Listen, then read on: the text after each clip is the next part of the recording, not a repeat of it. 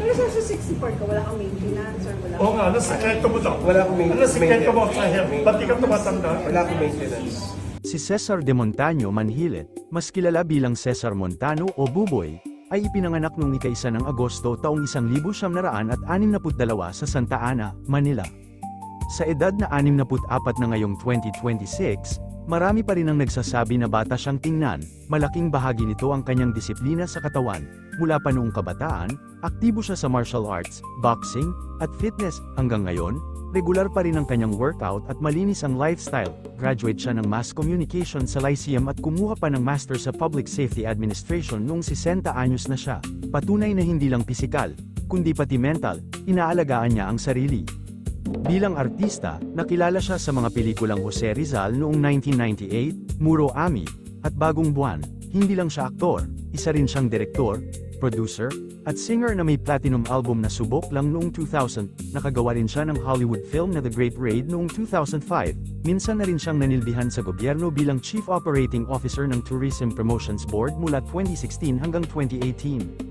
Pagdating sa lifestyle, mas pribado at tahimik na ang buhay ni Cesar ngayon, mas madalas na siyang makita sa mahahalagang okasyon ng mga anak. Noong Abril taong 2026, present siya sa graduation ng anak nila ni Sunshine Cruz na si Angelina.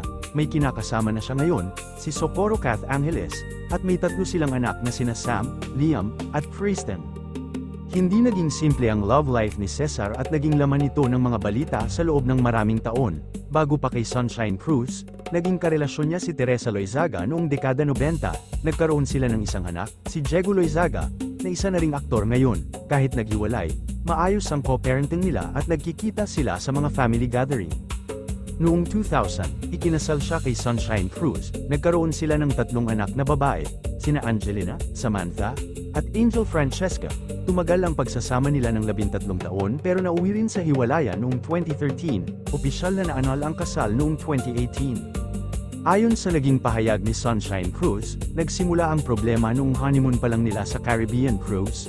Tinapon daw ni Cesar ang kanilang wedding ring dahil pinag-awayan nila ang mga sexy movie na ginawa ni Sunshine noon. Sinabi rin niya na may mga pagkakataon ng emosyonal at verbal na pang-aabuso.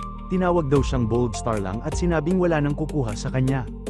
Habang kasal pa sila, nalink din si Cesar sa ibang babae. Isa sa pinakasikat na issue ay ang pagkakaugnay niya sa sexy actress na si Krista Miller noong 2012. Itinanggi ito ni Cesar noon at sinabing magkaibigan lang sila.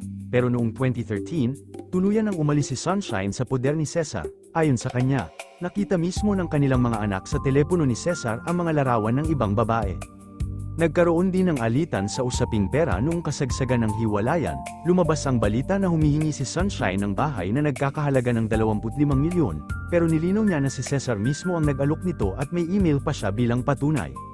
Pagkatapos ng hiwalayan nila ni Sunshine, nakilala ni Cesar si Socorro Kath Angeles. Tahimik ang kanilang relasyon at hindi sila madalas magpakita sa media. Sa loob ng ilang taon, nagkaroon sila ng 3 anak. Sa kabila ng mga kontrobersya sa babae noong nakaraan, maayos na ang estado ng lahat ngayon. Ayon kay Sunshine, lahat ng sugat ay naghihilom. Bagaman hindi nagtagal ang kanilang pagsasama, nagpapasalamat siya dahil nabigyan siya ng 3 mababait na anak. May maayos na silang co-parenting setup. Nakita na silang magkasama sa 21st birthday ni Angelina noong 2022, kasama pati ang mga anak ni Cesar kay Kath. Maging si Teresa Loizaga ay nagkomento pa ng positibo sa kanilang blended family. Sa edad na 64, aktibo pa rin si Cesar Montano, napanatili niya ang pangangatawan at enerhiya ng isang action star, pero higit sa lahat, pinili niyang maging isang amang present sa lahat ng kanyang mga anak mula sa iba't ibang ina. Si Cesar Montano, isang lalaking dumaan sa kasikatan, kontrobersya, at pagbabago, mula sa mga isyu sa babae, natutunan niya ang halaga ng pagpapatawad at pagbuo ng pamilya, at sa edad na 64, patuloy pa rin siyang humahakbang, mukhang mas bata sa kanyang tunay na edad. Isa sa mga nabanggit ni Cesar sa mga interview ay ang pagsunod niya sa 1 meal a day o OMAD, isang beses lang daw siya kumakain sa isang araw, karaniwan sa hapon o gabi. Ang laman ng pagkain niya ay buo at masustansya, kanin, ulam na may protina tulad ng isda o manok, gulay, at prutas. Iniiwasan niya ang processed food at matatamis. Umiinom siya ng maraming tubig sa buong araw para hindi ma-dehydrate. Bakit effective ang isang meal a day para sa kanya at sa iba? Una, kapag isang beses lang kumakain sa loob ng 24 na oras, Humahaba ang oras na walang pumapasok na pagkain sa katawan. Ito ay tinatawag na intermittent fasting. Sa panahong ito, bumababa ang insulin level. Kapag mababa ang insulin, mas nagiging madali sa katawan na gamitin ang nakatagong taba bilang energy, kaya nakakatulong ito sa pag-maintain ng timbang at pagiging lean. Pangalawa, may sinasabi ang mga pag-aaral na ang fasting ay nagtitrigger ng autophagia. Ito yung proseso kung saan nililinis ng katawan ang mga luma at sirang cells, at pinapalitan ng bago, kaya sinasabi ng iba na ang fasting ay anti-aging, dahil tinutulungan nito ang cell repair. Ito ang isa sa mga rason kung bakit mukhang bata pa rin tingnan si Cesar kahit 64 na. Pangatlo, mas nakokontrol ang calorie intake. Kapag isang beses ka lang kakain, mas maliit ang tsansa na mag-overeat ka sa buong araw kumpara sa 3 beses na kain na may merienda pa. Pero importante na ang 1 meal a day ay hindi para sa lahat. Kailangan buo at kumpleto pa rin ang nutrients sa isang kain na yun. Si Cesar, dahil aktibo pa rin sa martial arts, boxing, at workout, sinisigurado niyang sapat ang protina at gulay sa pagkain niya para hindi manghina. At dito nagtatapos ang kwento ni Cesar Montano, mula sa pagiging batang lumaki sa Santa Ana, naging isa sa pinakarespetadong action star at direktor ng bansa, dumaan sa kasikatan, kontrobersya, hiwalayan, at muling pagbangon. Sa edad na 64, pinatunayan niya na ang disiplina sa katawan, sa pagkain, at sa pag-iisip ay susi para manatiling malakas at mukhang bata, ang isang meal a day, ang regular na ehersisyo, at ang desisyon niyang ayusin ang relasyon sa lahat ng kanyang anak. Ito ang mga bagay na bumuo sa bagong Cesar ngayon. Hindi perpekto ang buhay niya, nagkamali, nasaktan, at nanakit din, pero sa huli, pinili niya ang pagpapatawad, pinili niyang buuin ang pamilyang minsang nawasak, at pinili niyang mabuhay ng simple, tahimik, pero makabuluhan.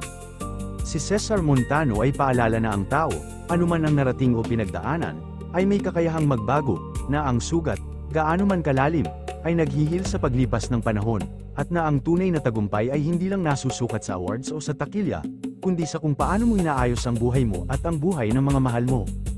Maraming salamat sa panonood. Kung may natutunan kayo sa kwento ni Cesar, paki-share ang vlog na ito. At kung gusto nyo pa ng kwento ng iba pang mga alamat ng showbiz, mag-comment lang kayo sa baba. Ride Safe Paps TV po. At ito ang kwento sa likod ng kamera. Salamat, hanggang sa susunod na vlog. Pandesal. Kumain ka ng pandesal dito sa Kamuning. Yan lang ang kakainin mo everyday, pwede na. Sabi pa naman ni Wilson, masarap kumain ng Oo nga. Malamanan mo ng okra. Hindi ako mahilig kasi ako sa okra, sa luyot, yan. Yan ang makain naman yan. Actually, tinatanim ko yan. Tinatanim ako, I love farming. Ano mga hindi ko iniinom o kinakain? Sabi mo wala Hindi ako, soft drinks. no soft drink sa bahay, bawal ang processed food. Walang Sa bahay. processed food. Wala. Canned food, yung may preservatives. As in, walang gano'n. Junk food. Mga chocolate. Hindi ako Nakasanayan na. anything that has white sugar, nilalagay ko sa akin. Anong exercise mo? Wala, light lang kasi. Pag 64 ka na, Example. walking ka lang, nagwo-walk ka. Okay.